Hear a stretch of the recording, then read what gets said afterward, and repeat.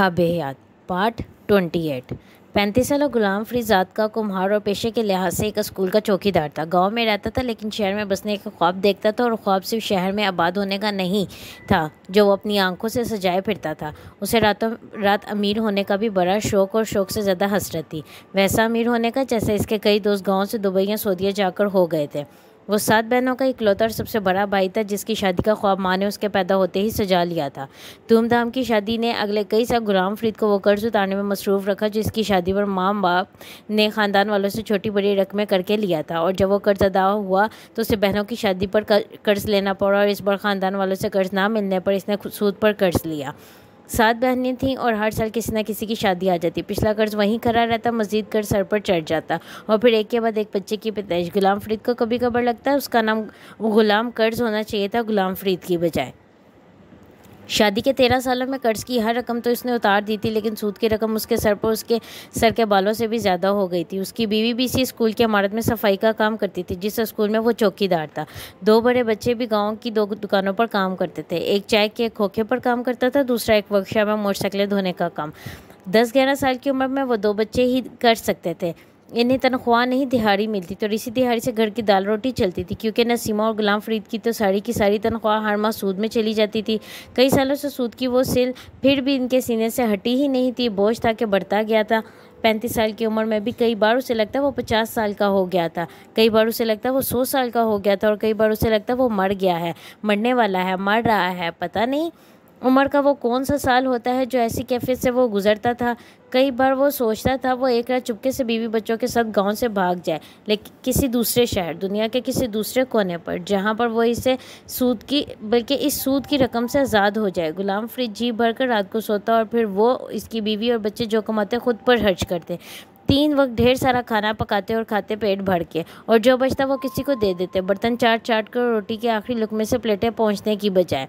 साल में 10-20 नहीं तो 2-4 तो अच्छे से जोड़े सिलवाते, अपने और सब बच्चों के लिए, गांव के अमीर खानदानों के बच्चों और अफराद की उतरन पहनने की बजाय, और लंडा बाजार से खरीदे हुए कपड़े पहनकर ईदें गुजारने की बजाय। और फिर एक घर बनाते, अपना घर, पक्की ईंटों और प्लस्तरों वाला, पक्की छत वाला घर, डबल स्टोरी ही बनवा लेते, और सहन के फर्श में चिप्स डलवाते, पानी की मोटर लगवाते, शायद एसी भी, और फ्रिज, टीवी, अच्छा सा फर्नीचर, और लश पश करते पर्दे और चीनी के बर्तन। और फिर वो इसके बच्चे ज़मीन की बजाय टेबल और कुर्सियों पर बैठकर कांटे और चम्मच से इस चीनी बर्तनों में खाना खाते। गुलाम फरीद के ख्वाबों की रेलगाड़ी सारी रात छकाछक चलती रहती, हर स्टेशन पर रुकती, कुछ और ख्वाब उठाती, पटरी पर फिर दौड़ने लगती, और फिर दौड़ते दौड़ते वहीं आकर रुक जाती जहाँ से वो चली थी। रात गुजर जाती, ज़िंदगी भी गुजर रही थी, और गुलाम फरीद को पता था वो अपनी रात को ख्वाबों में गुजार सकता है, ज़िंदगी को नहीं। गांव से भाग जाना आसान था, मगर इन लोगों से छुप जाना नहीं जिनका वो कर्ज लिए बैठा था, और कर्ज अदा होने के बावजूद सूद वहीं का वहीं खड़ा था। वो लोग इसकी चमड़ी उधेड़ने पर कादिर थे, और इसको कुत्तों के सामने भी फेंकवा देते। और गुलाम फरीद बच्चों और इसकी बीवी के साथ सारी उम्र के लिए कहाँ छुप जाता कि दोबारा किसी को नज़र ना आता। अपने और अपनी बीवी के ख़ानदान वालों को हमेशा के लिए कैसे छोड़ देता कि दोबारा किसी से रब्ता ना होता। राह फरार गुलाम फरीद के पास नहीं थी, और अगर कोई थी तो सिर्फ एक, वो अमीर हो जाता। और पता नहीं क्यों, लेकिन गुलाम फरीद को लगता था कि वो अमीर हो सकता था। चुन्नी गुलाम फरीद की आखिरी औलाद थी। अगर नसीमा की ज़िंदगी रहती और वो सब कुछ ना होता जो हो गया तो शायद वो आखिरी औलाद ना होती, बीच की औलाद होती, और इसका नंबर क्या होता है इसका अंदाज़ा कोई भी नहीं लगा सकता था। मगर वो गुलाम फरीद की आखिरी औलाद, ज़िंदगी की एक स्टेज पर इसकी वाहिद औलाद रह जाने वाली थी। यह गुलाम फरीद को नहीं पता था। पता होता तो शायद वो वाहिद औलाद भी जिंदा ना रह पाती। 1.5 साल चुन्नी को इसकी पैदाइश से पहले कई बार मारने की कोशिश की गई थी। नसीमा को जब अपनी 9वीं बार हामला होने का अंदाज़ा हुआ तो इसने गाँव में दाई से मिलने वाली हर उस चीज़ का इस्तेमाल किया था जिससे इस काते हमल हो जाता। चुन्नी को तो कुछ नहीं हुआ, लेकिन खुद नसीमा इस मोज़र सेहत अद्वियात के इस्तेमाल से कई किस्म की बीमारियों का शिकार हो गई। चुन्नी सेहतमंद पैदा हुई थी, यानी सेहत के इस मियार के मुताबिक सेहतमंद थी जिस पर इसके बहन भाई और माँ बाप पूरा उतरते थे। उसका पैदा होना जैसे इसकी अपनी जिम्मेदारी बन गई थी, इसकी माँ की लातादाद इसकाते हमल की कोशिशों के बाद, और जैसे इसका पलना भी इसकी अपनी ही जिम्मेदारी हो गया था। माँ को हफ्ते बाद ही वापस ड्यूटी पर जाना था। ये कोई शहर नहीं था कि मटर्निटी लीव जैसी सहूलतों से उसे नवाजा जाता, और वो भी 9वें बच्चे की पैदाइश पर। 2 कमरों का वो घर जो गुलाम फरीद का वाहिद ख़ानदानी तरका था, चुन्नी की पैदाइश के चंद हफ्तों बाद सूद में गिरवी रखा गया था। स्कूल से गुलाम फरीद की इस मुश्किल वक्त में मदद की और इसे एक क्वार्टर मिल गया रिहाइश के लिए, जिसमें सिर्फ एक कमरा था, मगर वो भी गनीमत था फ़िलहाल गुलाम फरीद को। पर चुन्नी माँ बाप को इस हवाले से खूब याद रही कि इसकी पैदाइश ने इन्हें बेघर किया था। चुन्नी की खुशकिस्मती ये थी कि वो रवायती अंदाज में इस पर मनहूस का लेबल नहीं लगा, और इसकी वजह सिर्फ ये थी कि गुलाम फरीद को अपने हर बच्चे के पैदाइश पर कोई ना कोई बुरी खबर मिलती थी। इससे कोई भी ऐसी औलाद याद नहीं थी जिसकी दुनिया में आने से गुलाम फरीद की ज़िंदगी में कोई आसानी पैदा हुई थी। नहीफ़ो नज़ार और सांवली रंगत वाली चुन्नी सारा दिन गर्मी में बांध की एक चारपाई पर एक कपड़े पर पड़ी रहती, रोती किलबलाती, फिर खुद ही अंगूठा चूसती और सो जाती। किसी बहन को ख्याल आ जाता तो चुन्नी को इसके सस्ते से प्लास्टिक के इस फीडर में दूध मिल जाता जिसमें इसके हर बहन भाई ने दूध पिया था, और जो इतने सालों से इतना गदला मैला और घिस गया था कि इसमें डाला हुआ दूध भी गदला दिखने लगता था। वो बिलाशुबा जरासीम की हमाज का था, लेकिन चुन्नी की खुशकिस्मती ये थी कि वो गरीब की औलाद थी, और गरीब की औलाद भूख से मर जाती है, गंदगी से नहीं। पूरे दिन में एक आध बार मिलने वाला दूध का फीडर वो वाहिद गज़ा था जिस पर चुन्नी सारा दिन गुजारा करती थी। इससे ज़्यादा खुराक गुलाम फरीद के घर में किसी बच्चे को नहीं मिली थी सिवाय इसके पहले 2 बेटों के। नसीमा शाम को थकी हारी आती और जो भी रूखी सूखी मिलती वो खाकर कमरे के कोने में अपने किसी बच्चे से टांगे दबाती लेटती और वहीं सो जाती। उसे ख्याल ही नहीं आता था कि इसके कमरे में इसकी नौज़ायदा औलाद भी थी। वहाँ कभी कभार वो इस वक्त चुन्नी को ज़रूर देखने बैठ जाती थी जब बड़ी बच्चियों में से किसी को अचानक वहम होता कि चुन्नी मर गई थी, क्योंकि वो कभी सांस नहीं ले पाती थी और कभी इसका जिस्म इतना ठंडा और नीला हो जाता कि नसीमा को लगता शायद इसका बोझ वाकई कम हो गया था। लेकिन चुन्नी अपने माँ बाप की सब अरमानों पर पानी फेरते हुए फिर सांस लेना शुरू कर देती। कई हफ्तों तक किसी को यह ख्याल ही नहीं आया कि चुन्नी की पैदाइश रजिस्टर करवानी चाहिए, इसका कोई नाम होना चाहिए।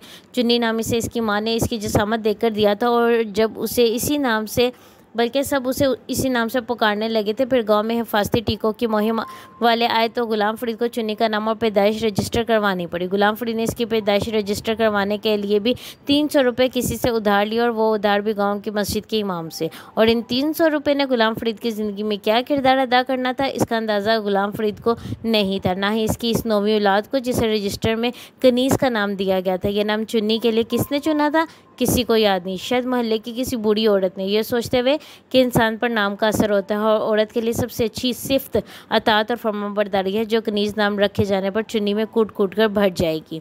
गांव में किसी को यह अंदाज़ा नहीं था कि कनीज़ वल्द गुलाम फरीद उर्फ चुन्नी को ना इस नाम की ज़रूरत थी और ना इस सिफ्त की। उसे अल्लाह ताला ने किसी और काम के लिए चुना था। इमाम साहब से 300 रुपये का वो कर्ज ही था जिसने गुलाम फरीद को पहली बार ये एहसास दिलाया कि अमीर बनना इतना मुश्किल नहीं था जितना वो समझता था। और इस गांव के और बहुत से लोग थे जो इसी तरह कई साल ये ख्वाब पालने के बाद बिलाखिर वो आसान रास्ते ढूंढने में कामयाब हो गए थे जिनमें अमीर बना जा सकता था। इमाम मस्जिद भी इन्हीं लोगों में शामिल थे जो सिर्फ आखिरत में ही जन्नत नहीं चाहते थे बल्कि इस दुनिया में भी इन्हें जन्नत का ऐशो आराम चाहिए था। उन्होंने गुलाम फरीद को 300 रुपये का कर्ज तो दे दिया था, मगर साथ इसकी ये जिम्मेदारी भी लगाई थी कि वो इस स्कूल के मालिकान से मस्जिद के लिए चंदा लेकर दे। गुलाम फरीद ने जहां मौलवी साहब को ये यकीन दिलाया था कि स्कूल के मालिकान बड़े फ्याज हैं, वहाँ ये झूठ भी बोला था कि वो गुलाम फरीद को बहुत मानते हैं और वो गांव में किसी को भी कुछ भी देने से के लिए गुलाम फरीद से अक्सर मशवरा करते थे। और मस्जिद के लिए चंदा तो गुलाम फरीद के लिए वैसे ही बाएं हाथ का खेल था। मौलवी साहब ने गुलाम फरीद की बातों पर अंधा एतमाद तो यकीनन नहीं किया था, वरना 1000 रुपये की वो रकम जो इसने कर्ज मांगी थी इसकी वजह सिर्फ 300 रुपये उसे ना देते। लेकिन उन्होंने फिर भी किसी न किसी हद तक गुलाम फरीद की बात पर यकीन कर लिया था। हकीकत ये थी कि स्कूल के मालिकान गुलाम फरीद को शक्ल से तो पहचानते होंगे लेकिन इसका नाम कोई नहीं जानता था, और इसकी वजह ये थी कि स्कूल में कोई एक चौकीदार नहीं था।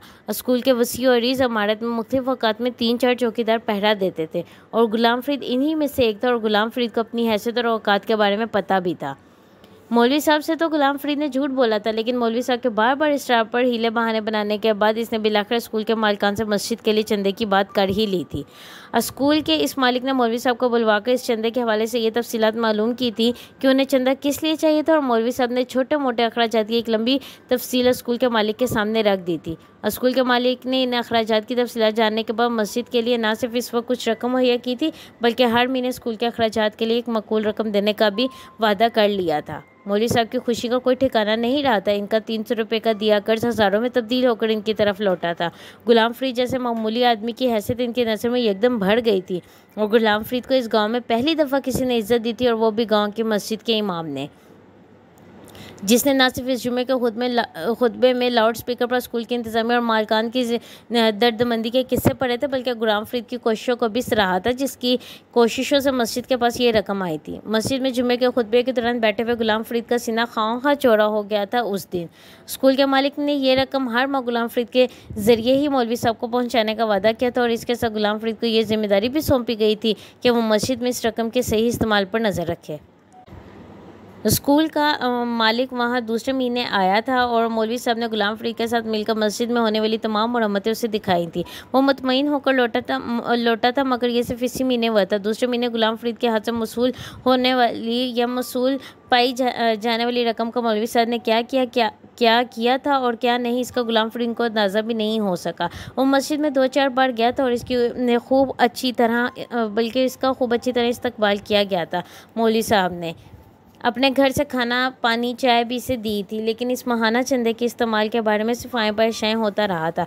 गुलाम फरीद को चंदे के लिए सही इस्तेमाल में कोई ज़्यादा दिलचस्पी नहीं थी, इसलिए आम हालात में इतना ही काफ़ी होता था कि मौलवी साहब इसे गोश्त खिला रहे थे। मगर फ़िलहाल मसला ये था कि गुलाम फरीद अपने हाथ से हर महीने 20,000 की रकम जिस मुश्किल से मौलवी साहब को दे रहा था, वो गुलाम फरीद ही जानता था। मगर इसे खौफ था तो सिर्फ अल्लाह का कि वो मस्जिद का पैसा था और वो इसका ईमानदार बन गया था, मगर इस पैसे का मौलवी साहब के हाथों गायब होने से हजम नहीं हो रहा था। मौलवी साहब ने इसके दिल से मस्जिद के पैसे के लिए अल्लाह के खौफ को ख़त्म करने में बुनियादी किरदार अदा किया था। अगर मौलवी साहब चंदे के पैसों को लूट के माल की तरह इस्तेमाल कर सकते थे, तो फिर गुलाम फरीद को भी हक था। इसकी भी ज़रूरियात थी, वो भी मजबूर था, इसके सर पर भी तो कर्ज था। गुलाम फरीद उन्हें अगले महीने के पैसे देने गया था और इनकी नई मोटरसाइकिल को देखकर वह इस कदर हसद और हफ्की का शिकार हुआ था कि वह इन पैसों का जिक्र किए बगैर सिर्फ मोटरसाइकिल की मिठाई खाकर आ गया था। मौलवी साहब ने माहाना चंदे का पूछा था, क्योंकि वो महीने की पहली तारीख थी। गुलाम फरीद ने मस्जिद में बैठकर उस दिन पहला झूठ बोला था और कहा था कि स्कूल का मालिक मुल्क से बाहर चला गया और अभी वापस नहीं आया। मौलवी साहब को एकदम फिक्र हुई थी कि स्कूल का मालिक फौरी तौर पर वापस ना आया तो फिर इस महीने के पैसे कौन देगा। गुलाम फरीद के पास इस सवाल का जवाब तो नहीं था, अलबत्ता इसने मौलवी साहब को स्कूल के मालिक का फ़ोन नंबर दे दिया था, जो कि गलत था। मौलवी साहब मुतमईन हो गए थे, अगर कुछ दिन तक वो चंदा ना पहुंचा तो वह स्कूल के मालिक से खुद बात कर लेंगे। गुलाम फरीद 20,000 की रकम जेब में लिए इस दिन एक अजीब सी कैफियत के साथ मस्जिद से निकला था, यूँ जैसे इसकी लॉटरी निकली थी। उसे पता था मौलवी साहब हर साल मुख्तलिफ चीज़ों से इकट्ठे होने वाली रकम को अपनी रकम के तौर पर गाँव के इन्हीं सूदखोरों को बिजनेस में सरमायाकारी के लिए देते थे। जो सूदखोर गुलाम फरीद जैसे ढेरों ज़रूरतमंदों को वो रकम देकर इन्हें सारी उम्र के लिए चौपाया बना देते थे। मौलवी साहब जाहिर करते थे कि इन्हें यह पता ही नहीं कि वो जिन लोगों के बिज़नेस में मस्जिद के रकम की सरमायाकारी करके माहाना एक फ़िक्स्ड रकम वसूल कर रहे हैं, इनका असली और बुनियादी बिज़नेस क्या था। वो इस माहाना फ़िक्स्ड रकम को भी सूद नहीं मुनाफा कहते थे, क्योंकि उन्होंने कुछ और अमीर लोगों के मुनाफा बख्श बिज़नेस में शराकत दारी की थी। मौलवी साहब ने 1-1.5 हफ्ता मज़ीद रकम का इंतज़ार किया और फिर कुछ बेसब्री में वो नंबर घुमा दिया जो गुलाम फरीद ने दिया था। नंबर ऑफ था। 2 दिन वक्फे से कई बार फ़ोन करने पर भी जब वो नंबर ऑफ ही मिला तो मौलवी साहब गुलाम फरीद के पास जाने की बजाय स्कूल पहुंच गए और वहां पहुंचकर इन्हें यह खबर मिल गई थी कि स्कूल का मालिक कई दिन पहले स्कूल से होकर जा चुका है। मौलवी साहब का पारा भाई हो गया था। उन्होंने गुलाम फरीद को इसके क्वार्टर पर जा लिया था और जब गुलाम फरीद ने एक बार फिर पहले की तरह ये कहकर टरखाने की कोशिश की कि मालिक अभी नहीं आए, तो मौलवी साहब ने इसके झूठ के पोल खोल दी और इसे कहा था कि वो स्कूल होकर आए हैं और वो जानते हैं मालिक हमेशा की तरह महीने के शुरू में होकर जा चुका है। और गुलाम फरीद ने जवाबन मौलवी साहब से कहा कि हो सकता है वो आया हो, लेकिन इस दिन गुलाम फरीद की छुट्टी थी और इसकी मुलाकात मालिक से नहीं हुई। मौलवी साहब इस पर कुछ ज़्यादा भड़के थे और इन्होंने गुलाम फरीद से कहा कि इसने इन्हें मालिक का नंबर भी गलत दिया। वो इसको फ़ोन करते हैं मगर वो फ़ोन ऑफ है और वो अब मालिक का नंबर स्कूल की इंतज़ामिया से ही लेंगे और फिर खुद इनसे बात करेंगे। गुलाम फरीद का अब अंदाज़ा हो गया था कि वो मौलवी साहब से मज़ीद झूठ नहीं बोल सकता था। उसे इनसे अब 2 टोक लेकिन साफ साफ बात करनी थी और फिर इसने बिलाकर मौलवी साहब को यह बता ही दिया कि उसे इस रकम में हर महीने अपना हिस्सा चाहिए था। चंद लम्हों के लिए मौलवी साहब को जैसे यकीन ही नहीं आया था कि गांव के कमी कमीन गांव की मस्जिद के इमाम साहब से क्या मुतालबा कर रहा था, और जब इन्हें यकीन आया तो इनके मुंह से जैसे गुस्से से झाग निकलने लगा था। इनके साथ ऐसी जसारत पहली बार किसी ने की थी। तुम अल्लाह के घर के लिए मिलने वाले हदिये से अपना हिस्सा मांग रहे हो दोज़खी इंसान। उन्होंने गुलाम फरीद को डराने की कोशिश की थी। उन्हें यह अंदाज़ा नहीं था कि गुलाम फरीद दोज़ख जैसी ज़िंदगी गुजारते गुजारते मौत के बाद दोज़ख से क्या डरता।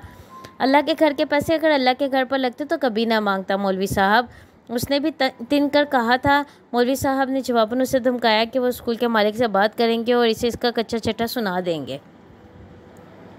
जवाबन गुलाम फरीद ने उन्हें धमकाया कि वो भी स्कूल के मालिक को ये बता देंगे कि मौलवी साहब चंदे वाली रकम को खुद इस्तेमाल कर रहे हैं और इन्होंने मस्जिद के पैसों को एक सूदखोर को दे रखा है और वो इसका सूद खा रहे हैं, बल्कि वो पूरे गांव में इन्हें बदनाम करेगा इनके पोल खोल खोल कर। मौलवी साहब के तन बदन में आग लग गई थी।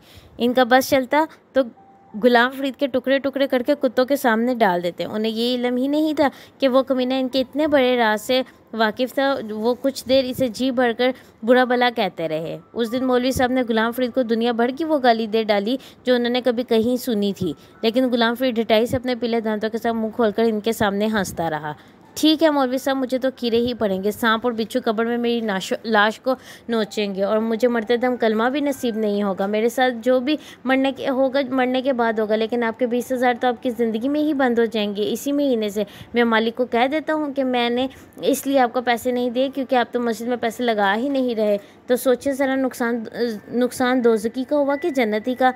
गुलाम फरीद ने खुद ज़िंदगी में कभी नहीं सोचा था कि इस जैसा कमी कमीर मस्जिद के इमाम के साथ कभी इस तरह बात करेगा, लेकिन किसी ने ठीक कहा है, पैसा बड़ी कुत्ती चीज़ होती है, अच्छे अच्छों को कुत्ता बना देती है, बड़े बड़ों को भोंगने पर मजबूर कर देती है। सब गालम गलोच और लानत मलामत के बाद इस दिन मौलवी साहब ने वापस पहुंचकर अपनी बीवी से मशवरा किया था और फिर अगले दिन बड़े ठंडे दिलो दिमाग के साथ मौलवी साहब ने गुलाम फरीद के साथ 15,000 वसूल करने पर इत्तफाक कर लिया था। और इससे भी बड़ी आला ज़रफ़ी का मुजाहरा इन्हें इस वक्त करना पड़ा जब गुलाम फरीद ने बताया कि वो इस महीने के 20,000 पहले ही खर्च कर चुका था। ये पिछले 4 महीनों के पैसों से इसका कमीशन था। मौलवी साहब का दिल चाहा वो गुलाम फरीद नामी इस शख्स को अपने हाथों से गाँव के बीच खेतों में उसी तरह फांसी पर लटका दें जिस तरह लोग खेतों में परिंदों को डराने वाला बेचा लटकाते हैं। मगर फिर उन्हें याद आया था कि साल के आखिर में अपनी बेटी की शादी करनी थी और वो ज़मीन भी ख़रीदनी थी जिसका बयाना वो कुछ दिन पहले देकर आए थे। इसलिए वो भी चंद गालियों के बाद बेहद ठंडे मिजाज के साथ वहाँ से चले गए थे।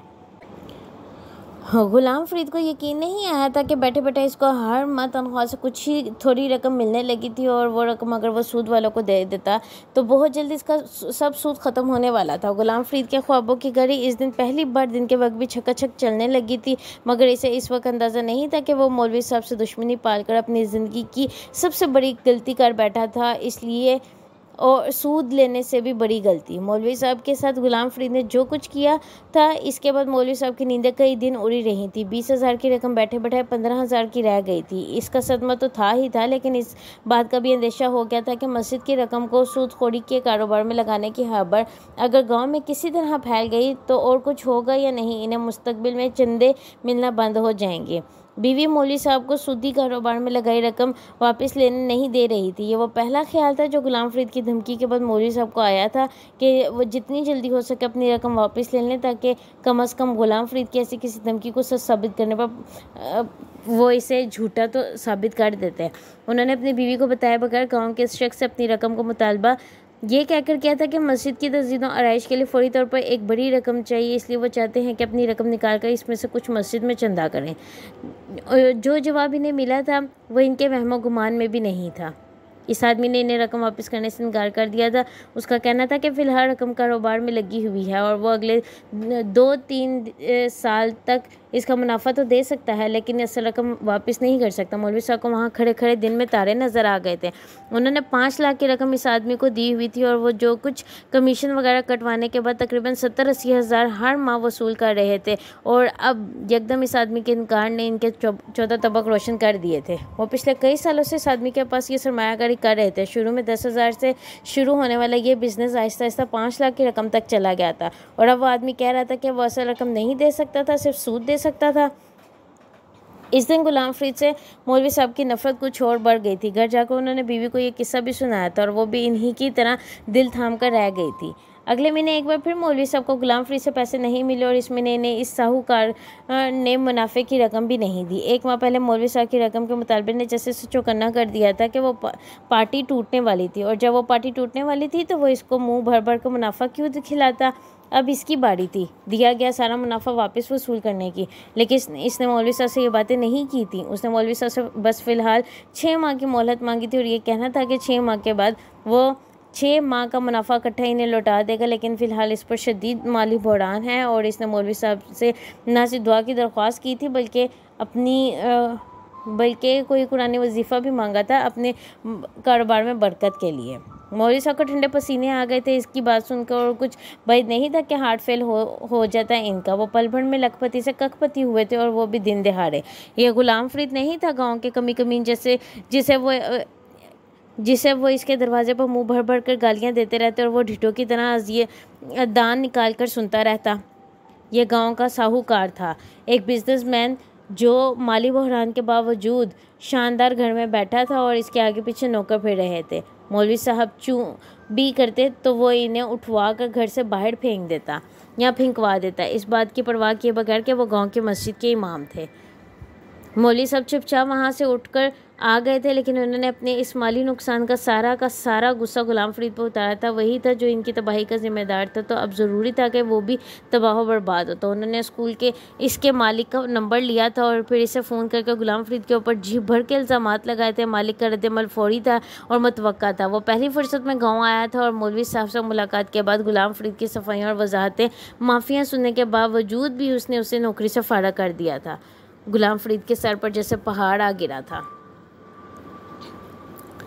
सिर्फ इसे नौकरी से फारिग नहीं किया गया था, इसकी बीवी को भी निकाल दिया गया था और इनसे क्वार्टर भी खाली करवा लिया गया था। 11 लोगों का वो ख़ानदान छत से बेछत हो गया था। मौलवी साहब के तोहफ़े गुलाम फरीद पूरे गांव में अपनी बीवी समेत बदनाम हो चुका था।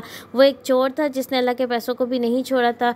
गांव वाले ने मौलवी साहब के बार बार दोहराए गए किस्से सुन कर गुलाम फरीद का जैसे सोशल बाइकआउट ही कर दिया था। गुलाम फरीद ने भी मौलवी साहब के कारनामे लोगों को बताने की कोशिश की थी, लेकिन किसी ने एक कमीन चोर पर यकीन नहीं किया था। यकीन करते भी कैसे? वो मौलवी साहब पर इल्ज़ाम लगा रहा था, मौलवी साहब पर, और वो भी गबन और बददियानती के इल्ज़ाम में। बीवी समेत नौकरी से निकाले जाने के बाद मौलवी साहब बड़ी उलझमा और मासूम करार पाए थे। पता नहीं वो कौन सा लम्हा था जब गुलाम फरीद ने अपना जहनी तवाज़ुन खोना शुरू किया था। भूख और तंगदस्ती ने इसका दिमाग ख़राब किया था। गांव वालों की बातें और तानों ने, लड़कपन में दाखिल होती बेटियों पर पड़ती गांव के लड़कों की गंदी नज़रों और अपनी बेहिसी ने, यहाँ पर इन सूदखोरों की धमकी और चक्रों ने, जो गुलाम फरीद को सूद की किस्तें अदा करने के काबिल ना रहने पर बार बार इस अहाते के टूटे दरवाजे के बाहर खड़े होकर मारपीट करते। जहाँ जानवरों के एक बाड़े के बराबर गुलाम फरीद ने भी लकड़ी की छत डालकर वक्ती तौर पर अपने ख़ानदान को पनाह दी थी। पता नहीं क्या हुआ था गुलाम फरीद को, और ये वाकई पता नहीं चलता कि इंसानों को होता क्या है जब वो अपने खूनी रिश्तों को अपने ही हाथों से ख़त्म कर देते हैं। चुन्नी 1 साल की थी जब गुलाम फरीद ने एक रात अपने ख़ानदान के 9 के 9 अफराद को ज़िबा कर दिया था। चुन्नी वाहिद थी जो बच गई थी, और वो भी शायद इसलिए बच गई थी क्योंकि पागलपन के इस लम्हे में गुलाम फरीद अपनी औलाद की गिनती ही भूल गया था। चुन्नी कभी इसने गोद में उठाकर देखा ही नहीं था, तो वो इसे याद आती भी तो कैसे? फिर इस पर भी अपने बहन भाइयों का इतना खून लग गया था कि इनके बराबर बेसुध सोए हुए भी गुलाम फरीद को वो मरी हुई ही लगी थी। 9 इंसानों को मारने के बाद गुलाम फरीद ने अपनी जान नहीं ली थी। वो जिंदा था ही कब? जिंदा तो इंसान इज़्ज़त नफ्स की वजह से होता है, जो गुलाम फरीद की कब की छिन चुकी थी। ख़ानदान को मार देना जैसे वो हल था जो एक अनपढ़ शख्स ने गुर्बत और कर्ज से निजात के लिए निकाला था, जब कोई हल ही बाकी नहीं रहा था। जारी है नावल का अगला हिस्सा सुनने के लिए चैनल को लाइक और सब्सक्राइब करना मत भूलें। शुक्रिया।